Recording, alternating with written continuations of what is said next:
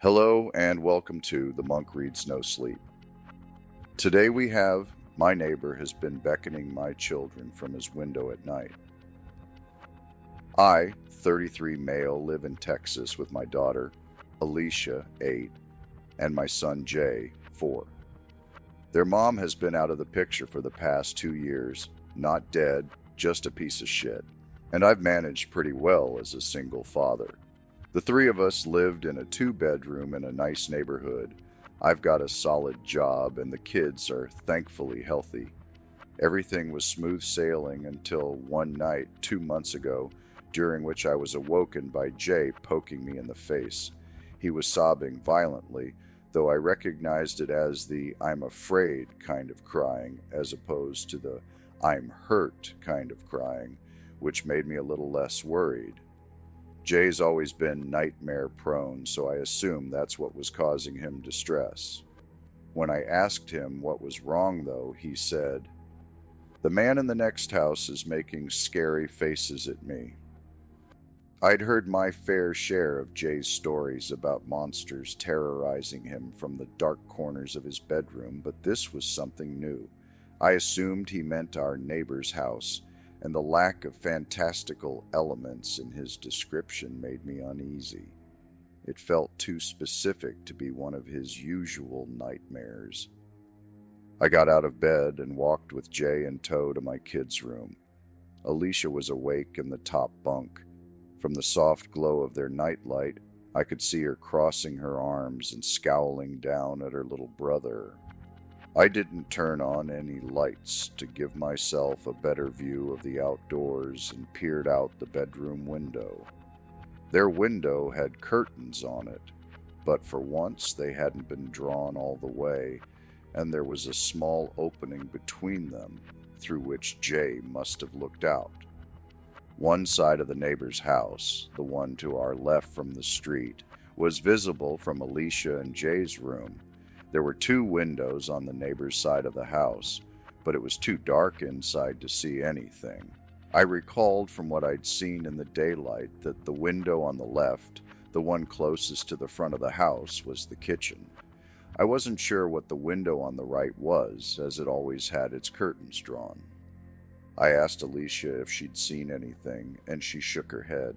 "He's always having nightmares and crying. I don't want to share a room with him anymore, Dad. I never get any sleep. It's not fair." Of course, hearing that made Jay start crying again, so I let him sleep in my room for the night. He has this TMNT indoor camping tent that he prefers to his actual bed. Honestly, at that point, I half suspected his nightmare to be a ploy to get me to let him camp.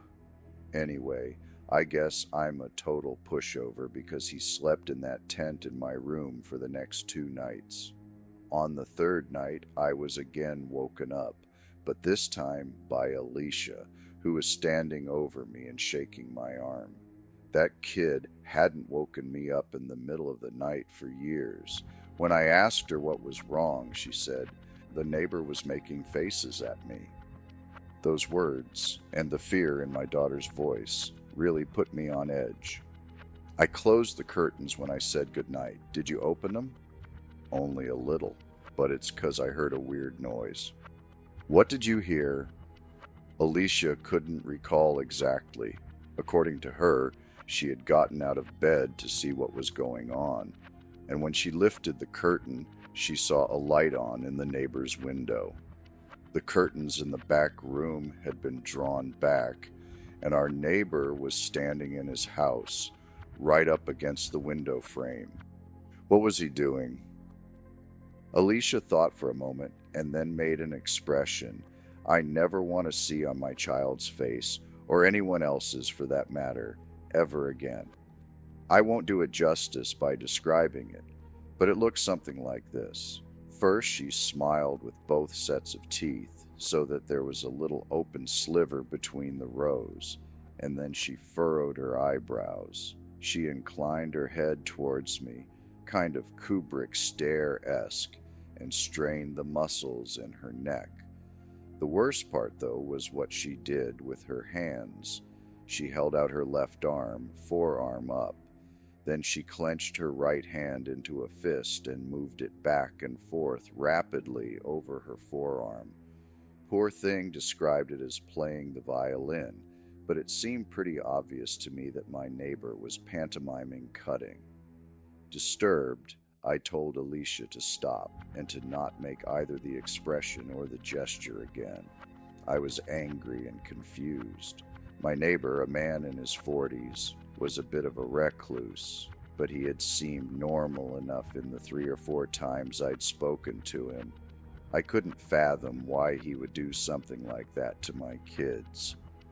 After asking Alicia a few more questions, I realized that my neighbor might not have done anything technically, or at least legally, wrong. It wasn't against the law to make inappropriate gestures in your own home, but it seemed like he was targeting my kids specifically. Legal or not, I planned to have a little chat with him the following morning. My last question to Alicia was if our neighbor had made any other gestures, and she nodded. Then she started making beckoning, come here motions with both of her hands.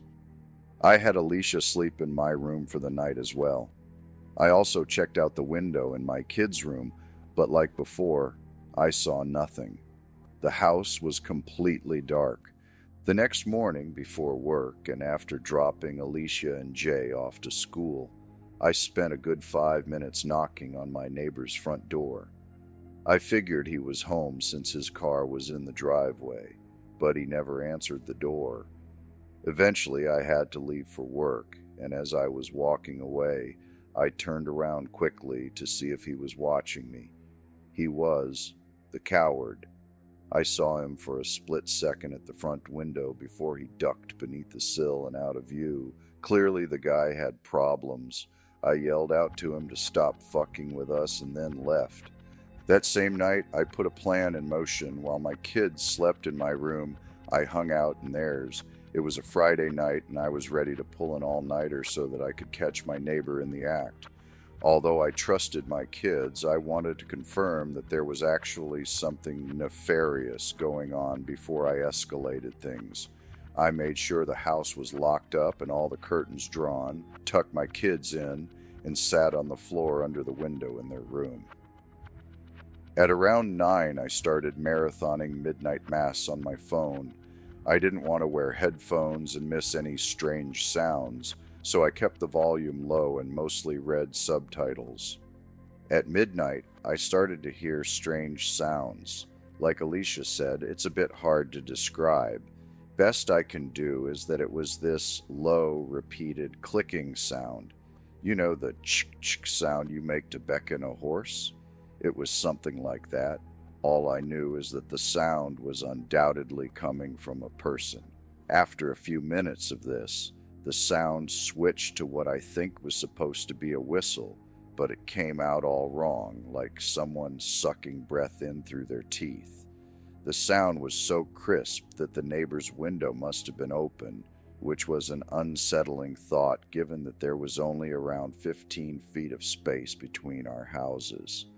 Certain that the neighbor was at his window and that this was my best chance to see him, I stood up and pulled the curtain back in one motion.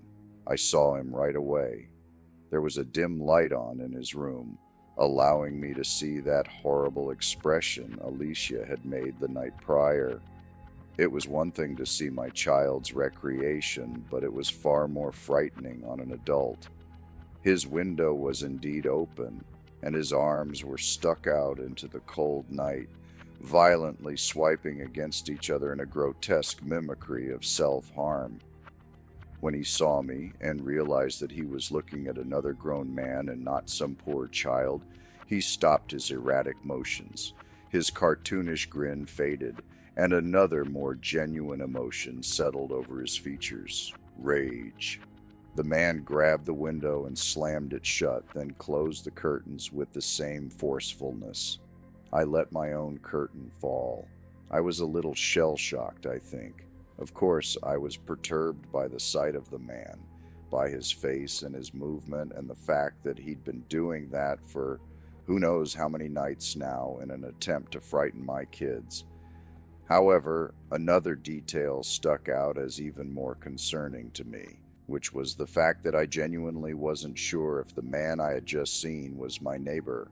I'd seen him so few times in the years I'd lived in that house, and I was having trouble conjuring up his face. I sat on the floor for a minute, my blood thundering in my ears. I definitely had enough evidence at that point to call the cops, right? Just as I was about to pull out my phone, I heard a tremendous smack against the glass of the bedroom window.